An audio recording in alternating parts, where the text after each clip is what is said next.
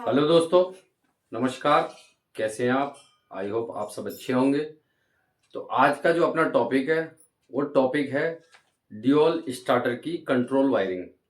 हमने अपने पिछले वाले वीडियो में देखा था कि ड्यूअल स्टार्टर की पावर की वायरिंग कैसे करी जाए, और आज हम सीखेंगे ड्यूअल स्टार्टर की कंट्रोल वायरिंग।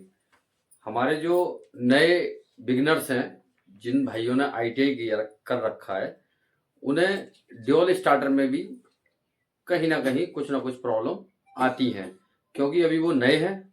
उनको सही तरीके से शायद पता नहीं है कि हमें ड्यूअल स्टार्टर को स्टार्ट कैसे करना है, उसको होल्ड कैसे करना है। तो ये सब चीज़ें आज हम यहाँ पर सीखने वाले हैं। तो वीडियो में बने रहिएगा मेरे साथ, और वीडियो को कहीं भी बिना स्किप किए हुए देखिएगा, जिससे कि कोई आपसे इम्पोर्टेंट टॉपिक छूट ना जाए। और वीडियो अगर अच्छी लगे तो वीडियो को लाइक करें, चैनल को सब्सक्राइब करें, शेयर करें और बेल आइकन दबाना बिल्कुल ना भूलें, जिससे कि आपको आने वाला कोई ना कोई इलेक्ट्रिकल से रिलेटेड टॉपिक मिलता रहे। तो आज का जो टॉपिक है अपना ड्यूअल स्टार्टर का कंट्रोल वायरिंग, करते हैं स्टार्ट।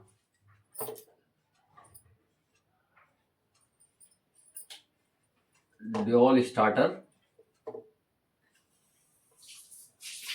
कंट्रोल पावर वायरिंग तो दोस्तों हम सब लोग अच्छी तरह से जानते ही हैं, और जिसने मेरी पावर वायरिंग की वीडियो ना देखी हो तो उसका लिंक मैं डिस्क्रिप्शन में डाल दूंगा, वहां से जाके पावर वायरिंग के बारे में भी देख सकते हैं। तो अभी आप देख सकते हैं, मान लीजिए ये हमारा फेस है और ये हमारा न्यूट्रल है। जब हम कोई भी एमसीसी में जाएंगे तो वहां पे आप देखेंगे कि आपको थ्री फेस प्लस न्यूट्रल आपको देखने को मिलेगा वहां, आर बाई बी, और एक न्यूट्रल आपको देखने को मिलेगा वहां। तो हमें कोई भी अपनी करने से, कंट्रोल वायरिंग करने से पहले हमें सिर्फ एक फेस और एक न्यूट्रल का उसमें जरूरत है। तो हम जनरली आर फेस से उसको उठाते हैं, जो अपना फेस रहता है। तो उसको आर फेस मान लीजिए, ये वाला जो फेस है हमारा वो आर है और ये हमारा न्यूट्रल है ये। तो हम इस आर फेस को ले लेंगे, ये फेस आ जाएगा अपना। ये यहां पर अपनी कंट्रोल की एमसीबी आ जाएगी, 2 एम्पियर या 4 एम्पियर की ये हो सकती है। यहां पर अपना ओवरलोड रिले आ जाएगा, जिसमें आप देखते होंगे ओवरलोड रिले में जो कॉन्टेक्ट रहते हैं अपने, वो 95 और 96। ये जो कॉन्टेक्ट रहता है अपना वो एनसी कॉन्टेक्ट रहेगा। ये जो कॉन्टेक्ट रहेगा अपना ये एनसी कॉन्टेक्ट रहेगा। और रिले हमारी जब कोई भी अबनॉर्मलिटी पड़ेगी, कहने का मतलब ये है, जब हमारी रिले को पता चलेगा कि मोटर का जो करंट चल रहा है वो अनबैलेंस हो गया है, या वो शॉर्ट सर्किट हो गया है, या ओपन हो गई है मोटर, तब ये उस अबनॉर्मलिटी को रीड करेगी और अपने सर्किट को ट्रिप कराएगी। ये ओवरलोड का काम है। तो ओवरलोड में हम जो कॉन्टेक्ट यूज करते हैं वो 95 और 96 है।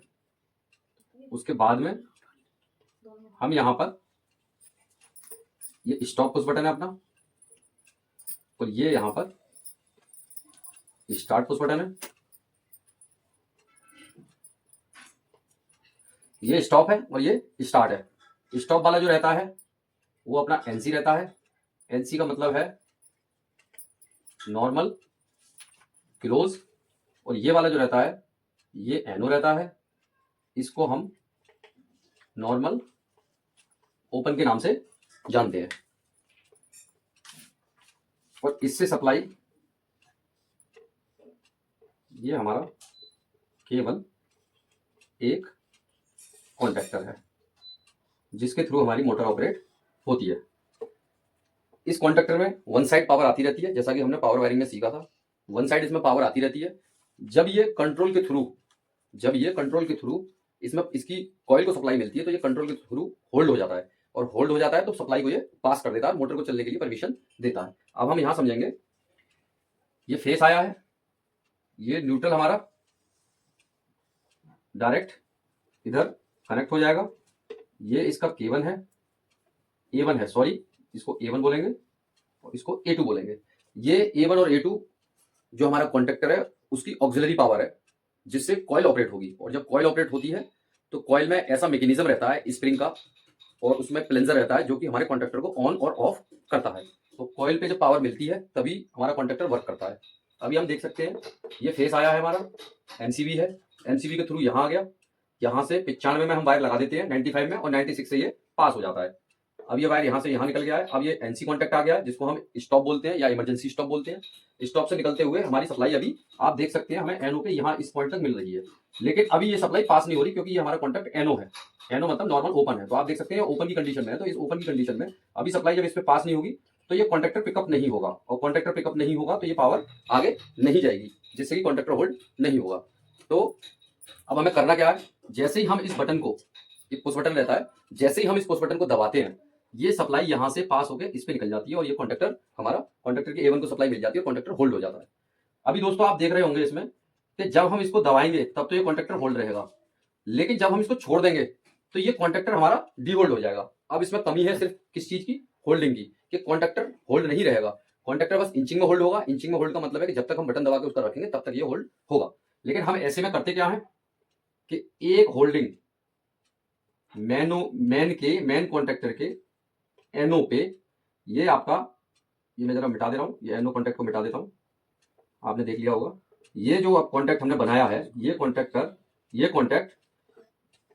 मेन कॉन्टेक्टर का एनओ है जो कि होल्डिंग के काम में आता है। अब इसमें वर्क कैसे करेगा ये आप देख सकते हैं कि ये जब यहां से सप्लाई एनओ के ऊपर एक सिरे तक आती रहेगी, एनओ के एक सिरे तक ऊपर तक हमें मिलती रहेगी, लेकिन जैसे ही हम इस स्टार्ट बटन को पुश करेंगे ये सप्लाई इस कॉन्टेक्टर को मिल जाएगी। जब ये सप्लाई कॉन्टेक्टर को मिल जाएगी तो ये इसी कॉन्टेक्टर का ऑक्सिलरी एनओ है जो कि एनसी हो जाएगा। जैसे हम ये दबेगा तो ये एनसी हो जाएगा। अब अगर हम इस बटन को, इस पुश बटन को छोड़ भी देंगे तो ये सप्लाई यहां से पास होती रहेगी और ये कॉन्टेक्टर आपका परमानेंट होल्ड रहेगा जब तक कि हमारे स्टार्टर में कोई अबनॉर्मलिटी नहीं आती है, या फिर हम इसको इमरजेंसी स्टॉप बटन से बंद ना करें, स्टॉप ना करें। जैसे हम इसको प्रेस कर देंगे तब भी ये स्टार्टर बंद हो जाएगा, एमसीबी बंद कर देंगे तब भी स्टार्टर बंद हो जाएगा। अगर रिले कुछ अबनॉर्मलिटी पड़ेगी, मोटर के सर्किट में रिले अगर कुछ अबनॉर्मलिटी पड़ती है, जैसे कि मोटर हमारी ओवरलोड हो गई, सिंगल फेस हो गई, तो जैसे हमने इसमें सेटिंग कर रखी होगी 30% पे कर रखी है, 40% पे कर रखी है, इसमें अनबैलेंस भी होता है, ओपन सर्किट भी रहेगा, ओवरलोड भी रहेगा, तो जो हमने सेटिंग इस पे कर रखी है वो अबनॉर्मलिटी हमारी रिले पड़ेगी और इस सर्किट को यहाँ से ब्रेक करा देगी। तो जो 95, 95 और 96 के कॉन्टैक्ट एनसी रहते हैं, अबनॉर्मलिटी होने के बाद ये कॉन्टैक्ट एनओ हो जाते हैं और यहाँ से सर्किट को ब्रेक कर देती है। तो आई होप आप सबको बहुत अच्छे से समझ में आया होगा। अगर कुछ समझ में ना आया हो तो कमेंट सेक्शन में आप मेरे से पूछ सकते हैं, और वीडियो अगर अच्छी लगी हो तो वीडियो को लाइक करें, चैनल को शेयर करें, सब्सक्राइब करें बेल आइकन के साथ, और इसी तरह के आपको टॉपिक कुछ ना कुछ मैं लाता रहूंगा, कुछ सजेशन भी दें कि आपको किसके बारे में इलेक्ट्रिकल में कुछ सीखना है। तो मिलते हैं एक नए टॉपिक के साथ अगली वीडियो में। नमस्कार।